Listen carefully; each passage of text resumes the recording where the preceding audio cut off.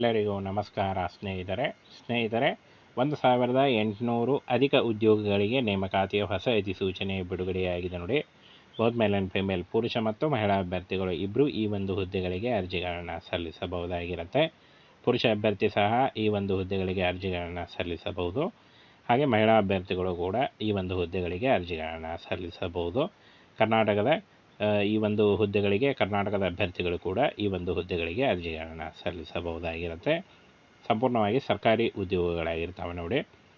ಇನ್ನು ಈ ಒಂದು ಹುದ್ದೆಗಳ ಬಗ್ಗೆ ಸಂಬಂಧಪಟ್ಟಂತೆ ವಿದ್ಯಾರ್ಹತೆ, ವಯೋಮಿತಿ ಹಾಗೂ ವೇತನ ಶ್ರೇಣಿ, ಅರ್ಜಿ ಸಲ್ಲಿಸುವುದು ಹೇಗೆ ಹಾಗೂ ಫ್ರೆಂಡ್ಸ್ ಇನ್ನೂ ಉಳಿದಂಥ ಮಾಹಿತಿ, ಶೈಕ್ಷಣಿಕ ಅರ್ಹತೆ, ಏಜ್ ಲಿಮಿಟು, ಅದರ ಬಗ್ಗೆ ಕೂಡ ಸಂಪೂರ್ಣ ಮಾಹಿತಿ ವಿಡಿಯೋದಲ್ಲಿರುತ್ತೆ. ವಿಡಿಯೋನ ಕೊನೆವರೆಗೆ ನೋಡಿ. ಹಾಗೆ ಇದಕ್ಕೆ ಸಂಬಂಧಪಟ್ಟಂಥ ನೋಟಿಫಿಕೇಷನ್ನ ನಮ್ಮ ಟೆಲಿಗ್ರಾಮ್ ಚಾನಲಲ್ಲಿ ಇರುತ್ತೆ ನೋಡಿ. ವಿಡಿಯೋ ಡಿಸ್ಕ್ರಿಪ್ಷನ್ ಬಾಕ್ಸಲ್ಲಿ ಲಿಂಕ್ ಇರುತ್ತೆ.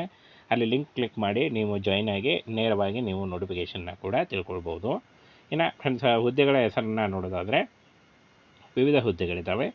ಒಟ್ಟು 1800 ಹುದ್ದೆಗಳು. ಆನ್ಲೈನ್ ಮೂಲಕ ಅಫಿಷಿಯಲ್ ವೆಬ್ಸೈಟ್ಗೆ ಹೋಗಿ ನೀವು ಅರ್ಜಿಗಳನ್ನು ಸಲ್ಲಿಸಬಹುದಾಗಿರುತ್ತೆ. ಅರ್ಜಿ ಸಲ್ಲಿಸುವಂಥ ನೇರ ಲಿಂಕು ವಿಡಿಯೋ ಡಿಸ್ಕ್ರಿಪ್ಷನ್ ಬಾಕ್ಸಲ್ಲಿರುತ್ತೆ ನೋಡಿ. ಮೊದಲನೇ ಲೈನಲ್ಲೇ ಇರುತ್ತೆ.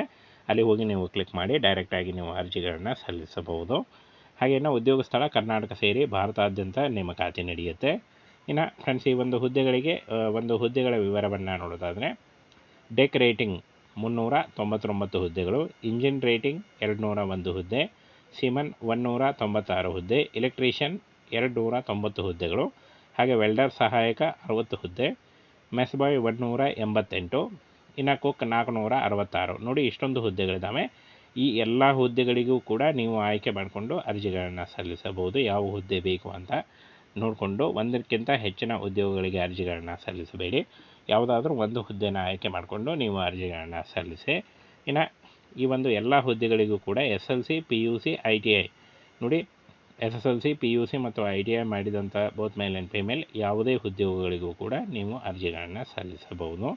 ವಿದ್ಯಾರ್ಹತೆ ನೋಡಿ SSLC ನೀವು ಮತ್ತು PUC ಹಾಗೂ ITI SLC ಆಗಿದ್ದರೂ ನೀವು ಅರ್ಜಿಗಳನ್ನು ಸಲ್ಲಿಸಬಹುದು. ಹಾಗೂ PUC ಮತ್ತು ITI ಮಾಡಿದರೂ ಕೂಡ ನೀವು ಅರ್ಜಿಗಳನ್ನು ಸಲ್ಲಿಸಬಹುದಾಗಿರುತ್ತೆ. ಇನ್ನು ವಯೋಮಿತಿ ನೋಡಿ 17.5 ವರ್ಷಗಳು ಅಂದರೆ 17 ನಂತರ 18ರ ಒಳಗಡೆ ಇದ್ದಂಥ ಅಭ್ಯರ್ಥಿಗಳು ಕೂಡ 17 ವರಿ ಅಂದರೆ 17 ವರಿ ಇದ್ದರೂ 17 ಅರ್ಧ ಇದ್ದರೂ ನೀವು ಅರ್ಜಿಗಳನ್ನು ಸಲ್ಲಿಸಬಹುದು. ಇನ್ನು ಕನಿಷ್ಠ 27 ವರ್ಷದ ಒಳಗಿನವರು ಅರ್ಜಿಗಳನ್ನು ಸಲ್ಲಿಸಬಹುದು. OBC ಅಭ್ಯರ್ಥಿಗಳಿಗೆ 3 ವರ್ಷ ಮತ್ತು SC/ST ಅಭ್ಯರ್ಥಿಗಳಿಗೆ 5 ವರ್ಷಗಳ ವಯೋಮಿತಿ ಸಡಿಲಿಕೆ ಕೂಡ ಇರುತ್ತೆ. ಆದಷ್ಟು ನಿಮ್ಮ ವಯಸ್ಸಿನ ಲೆಕ್ಕಾಚಾರ ಮಾಡಿಕೊಂಡು ನೀವು ಅರ್ಜಿಗಳನ್ನು ಸಲ್ಲಿಸಬಹುದಾಗಿರುತ್ತೆ. ಇನ್ನು ಯಾವ ಒಂದು ಹುದ್ದೆಗಳಿಗೆ ಎಷ್ಟು ಸಂಬಳ ಅಂತ ನೋಡೋದಾದರೆ ವೇತನ ಶ್ರೇಣಿ ನೋಡಿ. ಡೆಕ್ ರೇಟಿಂಗ್ 399 ಹುದ್ದೆಗಳಿದ್ದಾವೆ. ಈ ಒಂದು ಹುದ್ದೆಗಳಿಗೆ 50,000ದಿಂದ 85,000ವರೆಗೂ ಪರ್ ಮಂತ್ ಸ್ಯಾಲ್ರಿ ಆಗಿರುತ್ತೆ. ಇನ್ನು ಇಂಜಿನ್ ರೇಟಿಂಗ್ 201 ಹುದ್ದೆಗಳಿದ್ದಾವೆ. 40,000ದಿಂದ 60,000ವರೆಗೂ ಪರ್ ಮಂತ್ ಸ್ಯಾಲ್ರಿ ಆಗಿರುತ್ತೆ. ಸಿಮನ್ ನೋಡಿ 196 ಹುದ್ದೆಗಳಿದ್ದಾವೆ. 38,000ದಿಂದ 55,000ವರೆಗೆ ಇರುತ್ತೆ. ಹಾಗೆಯೇ ಎಲೆಕ್ಟ್ರಿಷಿಯನ್ ಹುದ್ದೆಗಳು 290 ಹುದ್ದೆಗಳಿದ್ದಾವೆ. 60,000ದಿಂದ 90,000ವರೆಗೂ ಪರ್ ಮಂತ್ ಸ್ಯಾಲ್ರಿ ಆಗಿರುತ್ತೆ. ವೆಲ್ಡರ್ ಸಹಾಯಕ ನೋಡಿ 60 ಹುದ್ದೆಗಳಿದ್ದಾವೆ. 50,000ದಿಂದ 85,000ವರೆಗೂ ನಿಮಗೆ ಸ್ಯಾಲ್ರಿಯನ್ನು ನೀಡಲಾಗುತ್ತೆ. ಹಾಗೆ ಈ ಒಂದು ಹುದ್ದೆಗಳಿಗೆ ಬೋತ್ ಮೇಲ್ ಆ್ಯಂಡ್ ಫಿಮೇಲ್ ಪುರುಷ ಮತ್ತು ಮಹಿಳಾ ಅಭ್ಯರ್ಥಿಗಳು ಇಬ್ಬರು ಅರ್ಜಿಗಳನ್ನು ಸಲ್ಲಿಸಬಹುದು. ITI ಮಾಡಿದರೂ ನೀವು ಅರ್ಜಿಗಳನ್ನು ಸಲ್ಲಿಸಬಹುದು. ಮೆಸ್ ಬಾಯ್ 118 ಹಾಗೂ ಕುಕ್ 466 ಹುದ್ದೆಗಳಿದ್ದಾವೆ. ಹಾಗೆ ಇಲ್ಲಿ ನೋಡಿ ಇವು ಎರಡೂ ಹುದ್ದೆಗಳಿಗೂ 40,000ದಿಂದ 60,000ವರೆಗೆ ಪರ್ ಮಂತ್ ಸ್ಯಾಲ್ರಿ ಆಗಿರುತ್ತೆ ನೋಡಿ. ಇನ್ನು ಅರ್ಜಿ ಶುಲ್ಕ ಇರುತ್ತೆ. ಈ ಒಂದು ಹುದ್ದೆಗಳಿಗೆ ₹100 ಅರ್ಜಿ ಶುಲ್ಕ ಇರುತ್ತೆ ನೋಡಿ. ಈ ಒಂದು ಹುದ್ದೆಗಳಿಗೆ ₹100 ಅರ್ಜಿ ಶುಲ್ಕ ಇರುತ್ತೆ. ಇದನ್ನು ನೀವು ಆನ್ಲೈನ್ ಮೂಲಕ credit card, debit card, net banking ಮೂಲಕ ನೀವು ಕಟ್ಬೋದಾಗಿರುತ್ತೆ.